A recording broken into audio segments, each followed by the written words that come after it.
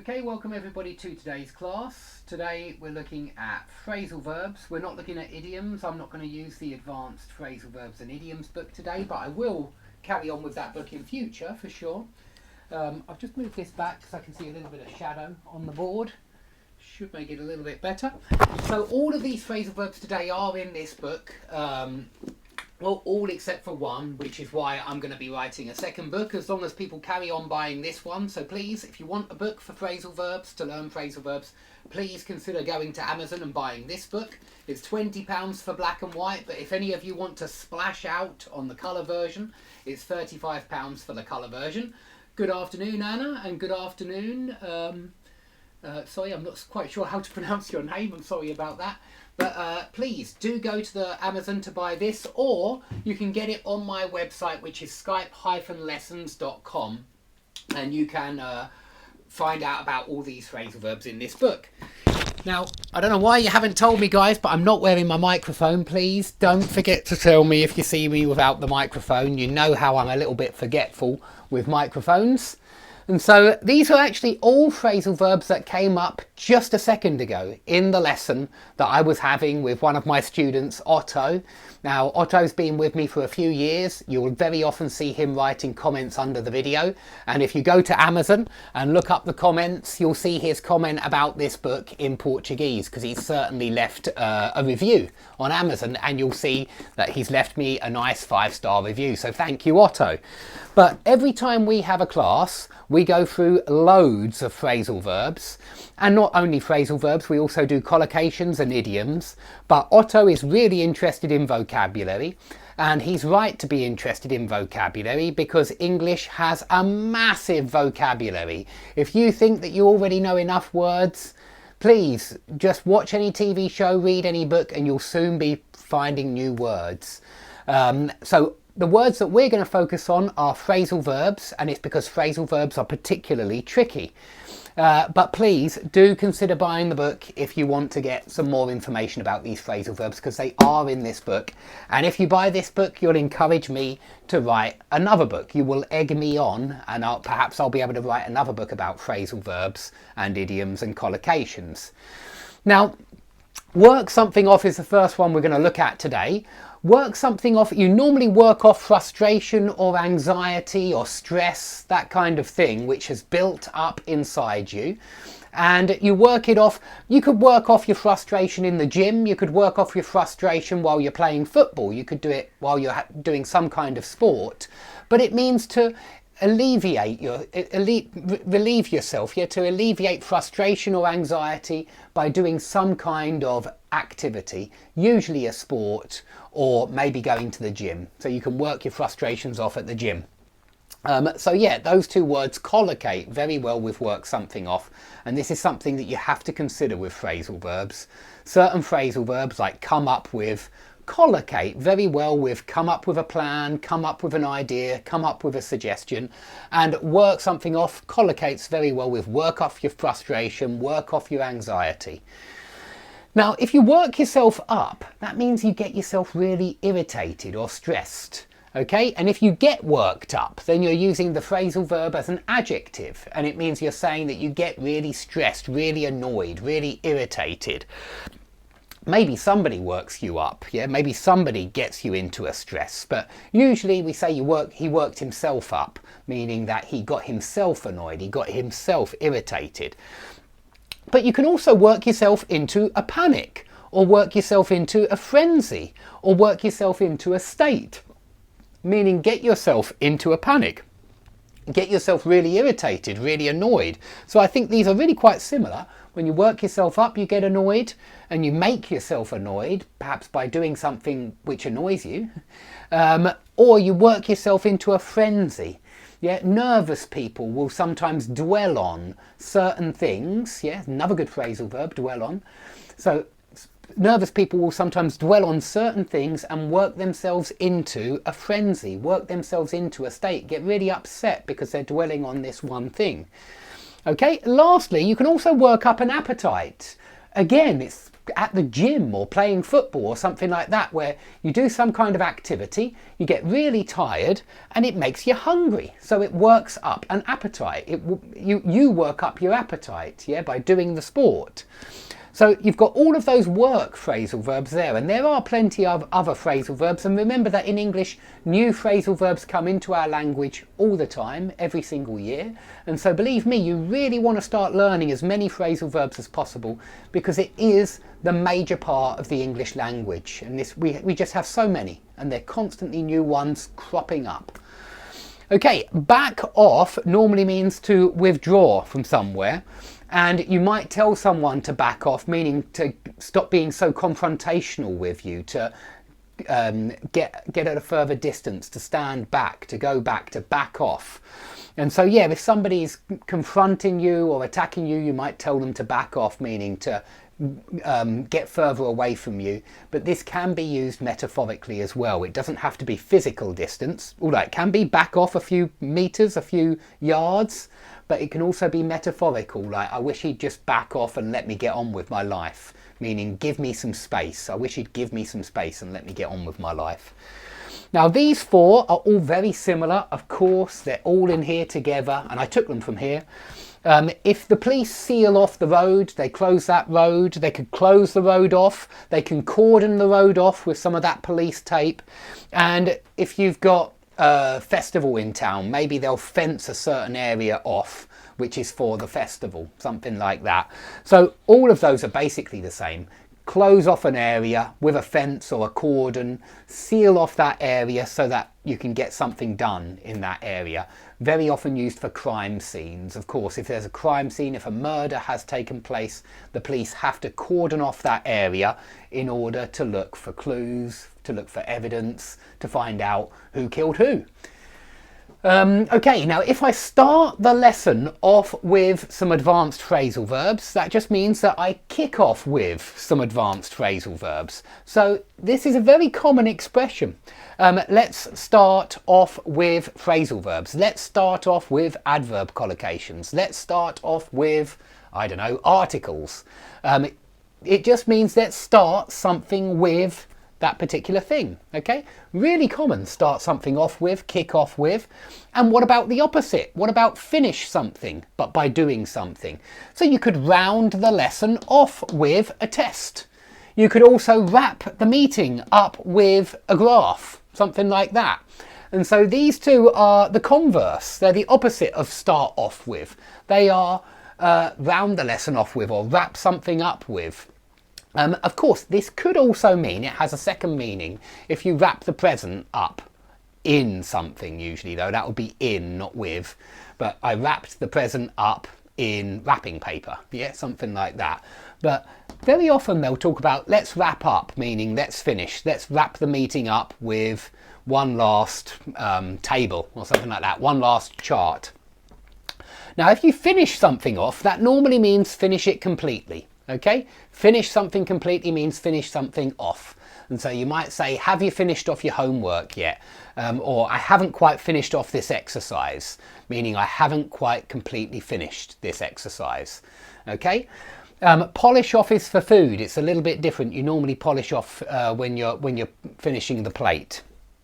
Now, if you finish up or end up, this means that you finally end in a certain situation. So very often this is with in, these two, finish up in a certain situation, end up in a certain situation. So you might say, after a night of drinking, I ended up in a fight. Yeah, I finished up in a fight. I actually prefer end up. I think it's more common than finish up, but you do sometimes hear people saying finish up, occasionally finished up in a fight. It works as well. Now, if it's pelting down with rain, there's loads of rain. Yeah, it's raining heavily. And you'll say it's pelting down with rain, or it's chucking it down. Okay, that's the two phrasal verbs which are very useful for when it's raining. It's chucking it down, it's pelting down with rain. There are other ones as well, but they're just not coming to me at the moment. But there are other ones for weather. There are a lot of phrasal verbs for weather. Now, Otto pointed this out today. He said that you don't only just show off, but sometimes you show something off to your mates. And he's right, we do use it like that, certainly. We do sometimes say he's showing his new Ferrari off to his mates, yeah? And it means he's showing that car off to all of his friends. Yeah, pour down is another good one here. Pour down. It's pouring down with rain. It does work. Pelting down with rain, pouring down with rain. Very good suggestion.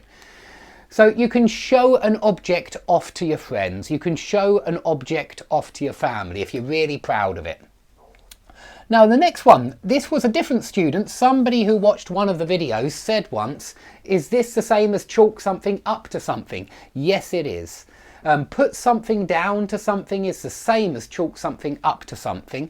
And it's when you're ascribing a cause to a certain effect. So you might say, I put this storm down to global warming. I don't know, a lot of people do. Whenever the weather changes, people put it down to global warming. They chalk it up to global warming, yeah? They chalk it up to all the pollution. That's why the weather's changed. So when you're ascribing causes, you can use these too. But you could also say that you can also use this come down to, which is really similar to put something down to, but it doesn't have the something there. You just miss out that something. And you say something like, the terrible weather comes down to global warming. Yeah, I don't know why I always use that global warming example. Let's think of a different example. Our profits this year have doubled, and that comes down to our new sales strategy, our new marketing strategy. Yeah, it all boils down to that new amazing strategy that we've been using. And so it all hinges on, it all ultimately depends on. This is very similar as well. Ultimately depends on. You might say it all ultimately depends on our new sales strategy. Okay, so they're all pretty similar, and they're all about ascribing cause and effect. So they're very useful for that reason. Now, look at these two, add up and add up to. Now, of course, add up can just mean when you've got lots of different numbers, and yeah, 2, 5 and 3 add up to 10, I think, yeah? And so you can use it like that. But if you say, I've been looking at this case, yeah, maybe there's a murder mystery, I'm a big fan of murder mystery, and you might say, I've been looking at this case for a week, and none of the facts make any sense. None of the facts add up. Yeah, and that's what add up means. It just means make sense. So if nothing adds up, nothing makes sense. But you can also say add up to, and you might say something like this. I'm not sure, how can I explain this one? It normally means implies. So you might say that maybe the suspect has gone in for an interrogation, and he's given the police several answers to different questions, and some of these answers contradict other answers that he's already given. And so you might say that his answers during the interview, when they're taken all together, they add up to the fact that he must be lying. Something like that. But it's used in other ways as well, just to mean imply. And so let me try and think of a better example, because I'm not very happy with that one. So you might say something like, perhaps a child is being really naughty at school, yeah, and you might say that his behaviour and his language and lots of different aspects of his life, all of it adds up to the fact that perhaps he's having problems at home. Again, it's not a great example, but so I always find it hard to think of examples for this particular one. But it's when you have a number of different points and you say that taken together, these points imply, these points mean, yeah, these points prove or demonstrate or show that blah, blah, blah. Okay, I hope I've made that one clear. Maybe not, but well, do look it up online. There are obviously lots of other examples online, and so you'll be able to find lots of sentences with add up to. Make for, it can just mean run towards. Yeah, the thieves made for the exit after stealing the money. I made for the toilet when I was busting to go to toilet. But make for can also mean create favourable conditions for. So you might say the layout in this restaurant makes for a romantic atmosphere. Or you might say economic conditions in Paraguay make for I don't know, an excellent opportunity in this particular market. Yeah, something like that, in this particular market segment. So make for can mean to create favourable conditions for something. Okay, I hope I've made that one clear. I'm not very pleased with my my explanation there, but perhaps something like I don't know, maybe the new computers that the company has just bought makes for greater productivity this year. Something like that. Okay, and last one today, rustle something up. I think this is very similar. This one isn't in the book. I must admit, I left this one out. It means I'm going to have to do visual phrasal verbs too. But rustle something up, I think, is very similar to cobble something together, throw something together, or what was the other one? Throw something together, cobble something together, or knock something together. And it's because those three phrasal verbs, knock something together, throw something together, cobble something together, they mean make something with minimal time and minimal resources. Rustle something up is for food. You normally rustle a meal up, or you rustle some spaghetti bolognese up. And it means that you do it with, there aren't many things in the fridge for you to do it with, and you don't have much time. So again, it means to make a meal with minimal time and minimal resources. Okay, whip something up is very similar, Barry. Excellent. Whip something up. I agree. You can do that as well. Whip something up, rustle something up, make a meal with minimal time and minimal ingredients, right? So very similar to knock something together, throw something together, or cobble something together. But yeah, for more information about these phrasal verbs, please consider buying the book. Consider getting the PDF if you don't want to wait for the physical copy. Then the PDFs are there. They're all colour and they have hyperlinks as well, and you can find them on my website very easily. If you can't find them there very easily, just send me an email and I'll give you a link where you can pay, and then you can buy the book just by using that link. But it should be very easy to get your hands on it. And if anybody has any problems when they try to get their hands on that, just tell me and I'll make sure that you certainly get what you've paid for, because I can see exactly what's happened. Obviously I can see when people have paid, and sometimes I understand it goes through into their junk email and they don't notice that it's there. Don't worry, just get in touch and I'll sort everything out. So I've got to write the book first. The second book won't come out yet. I need more people to buy this book first. And when I've sold loads of copies of this book, I'll be able to get the second book out. I'm actually in the middle of two books at the moment, one about grammar and one about vocabulary, and I'm going to finish the grammar one first. Okay, thanks everybody for watching. I hope you've all enjoyed the video. Please click like, click subscribe, all the rest of it. And yeah, I hope to see you all soon.